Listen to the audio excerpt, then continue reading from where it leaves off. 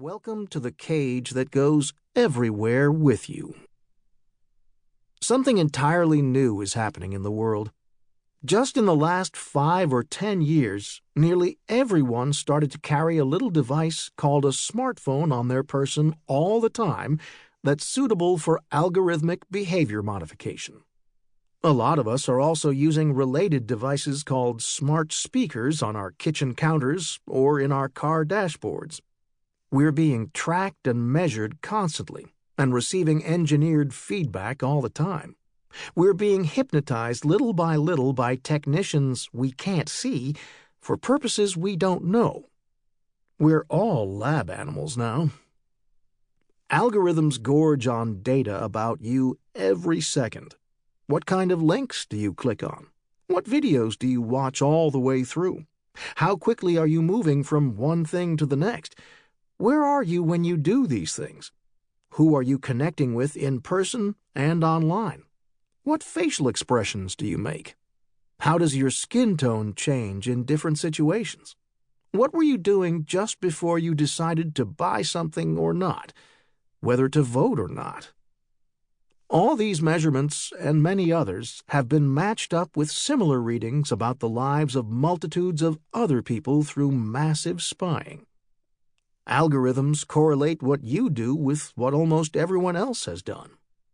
The algorithms don't really understand you, but there is power in numbers, especially in large numbers.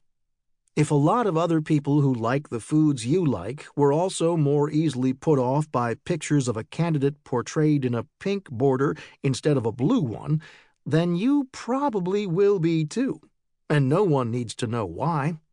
Statistics are reliable, but only as idiot demons. Are you sad, lonely, scared, happy, confident, getting your period, experiencing a peak of class anxiety? So-called advertisers can seize the moment when you are perfectly primed and then influence you with messages that have worked on other people who share traits and situations with you. I say so-called because it's just not right to call direct manipulation of people advertising. Advertisers used to have a limited chance to make a pitch, and that pitch might have been sneaky or annoying, but it was fleeting. Furthermore, lots of people saw the same TV or print ad. It wasn't adapted to individuals. The biggest difference was that you weren't monitored and assessed all the time so that you could be fed dynamically optimized stimuli, whether content or ad, to engage and alter you. Now everyone who is on social media is getting individualized, continuously adjusted stimuli without a break, so long as they use their smartphones.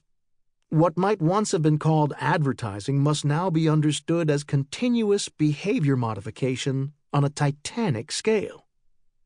Please don't be insulted.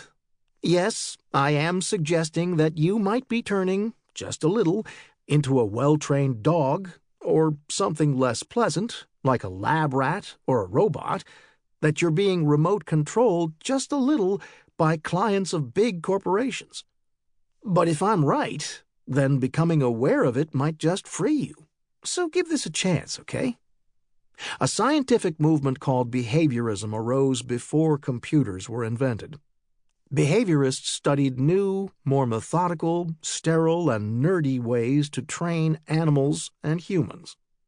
One famous behaviorist was B.F. Skinner. He set up a methodical system known as a Skinner box in which caged animals got treats when they did something specific. There wasn't anyone petting or whispering to the animal, just a purely isolated mechanical action, a new kind of training for modern times. Various behaviorists, who often gave off rather ominous vibes, applied this method to people. Behaviorist strategies often worked, which freaked everyone out, eventually leading to a bunch of creepy, mind-control sci-fi and horror movie scripts. An unfortunate fact is that you can train someone using behaviorist techniques, and the person doesn't even know it. Until very recently, this rarely happened, unless you signed up to be a test subject in an experiment in the basement of a university's psychology building. Then you'd go into a room and be tested while